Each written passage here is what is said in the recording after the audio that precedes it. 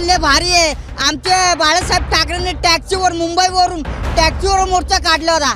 तर बाळासाहेबाचा जो आहे ना स्वाभिमान तो वारसदार ते दोन्ही राजसाहेब आणि उद्धव ठाकरे हे महाराष्ट्राचे शान आहे। अगदी बरोबर आहे। मोर्चाची वेळ जी आहे ती दुपारी 1 ते 4 आहे आणि सध्या आपण आलो आहोत मुंबईच्या CST या परिसरामध्ये जिथे या मोर्चाची सांगता होणार आहे आणि आपल्याला मागे आपण बघतो की मोठ्या संख्येने शिवसैनिक जे आहेत ते या ठिकाणी आलेले आहेत। आपण काही शिवसैनिकांशी बोलणार आहोत।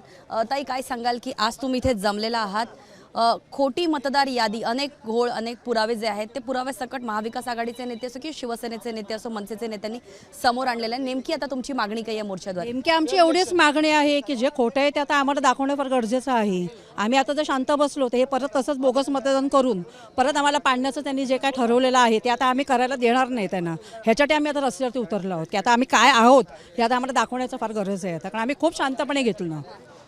पण निवडणूक आयोग दादा काय सांगाल, तरुण मुलं सुद्धा इथे आलेत, दादा काय सांगाल की मतदार यादीचा घोळ मान्य करायला निवडणूक आयोग जी आहे ती तयार नाही आहे। उलट अनेक तरुण नेत्यांनी ज्यावेळेस प्रेझेंटेशन दिलं तर रोहित पवार यांच्यासारख्या नेत्यांवरती जे आहे ते गुन्हे दाखल केले जातात। हे सरकार पहिली गोष्ट असं आहे की मराठी माणसांच्या विरोधात आहे। प्रत्येक गोष्ट मराठी माणसाला कोणती दिली जात नाही, मग ते नोकऱ्या असू दे काही असू दे, पण हे सरकार फक्त बाहेरच्या लोकांवरती आहे। अडाणी, धीरूभाई म्हणजे मुकेश अंबानी या लोकांवरती आहे। ते मराठी माणसाला काही इकडे व्हॅल्यू ना ते काही नाही। काय सांगाल, अनेक पुरावे समोर आलेले आहेत मात्र निवडणूक आयोग जे आहे ते मान्य करत नाही आहे। निवडणूक आयोगाने जे आहे ते सांगितलं की घोळ मतदार यादीचा असेल तर आम्ही सुधरू, पण इतक्या मोठ्या प्रकारचे आरोप जे आहेत ते मान्य करायला तयार नाही। मान्य करायला तयार नाहीत म्हणजे काय, ते मराठीच्या लोकांच्या ऑपोजिटच आहेत खूप, आणि ते आमच्या नोकऱ्या बिकऱ्या वगैरे काहीच होत नाही आहे इकडे सध्या तरी, आणि ते आम्हाला ते पटतच नाही आहे। यावेळी आम्ही त्यांना पुरेपूर्ण पुरणार आहेत असं। जय महाराष्ट्र। काय सांगा, मशीनच्या जोरावर ते पुन्हा येईन म्हणत होते, पण ते सत्य ठरलं।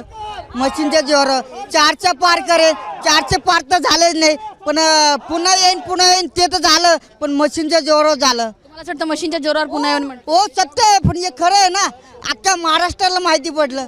मग महाराष्ट्राचा झोल झालेला आहे। आदित्य साहेबांनी पूर्ण झोल वोटिंगचा झोल आहे तो काढला, म्हणतो घाबरता का?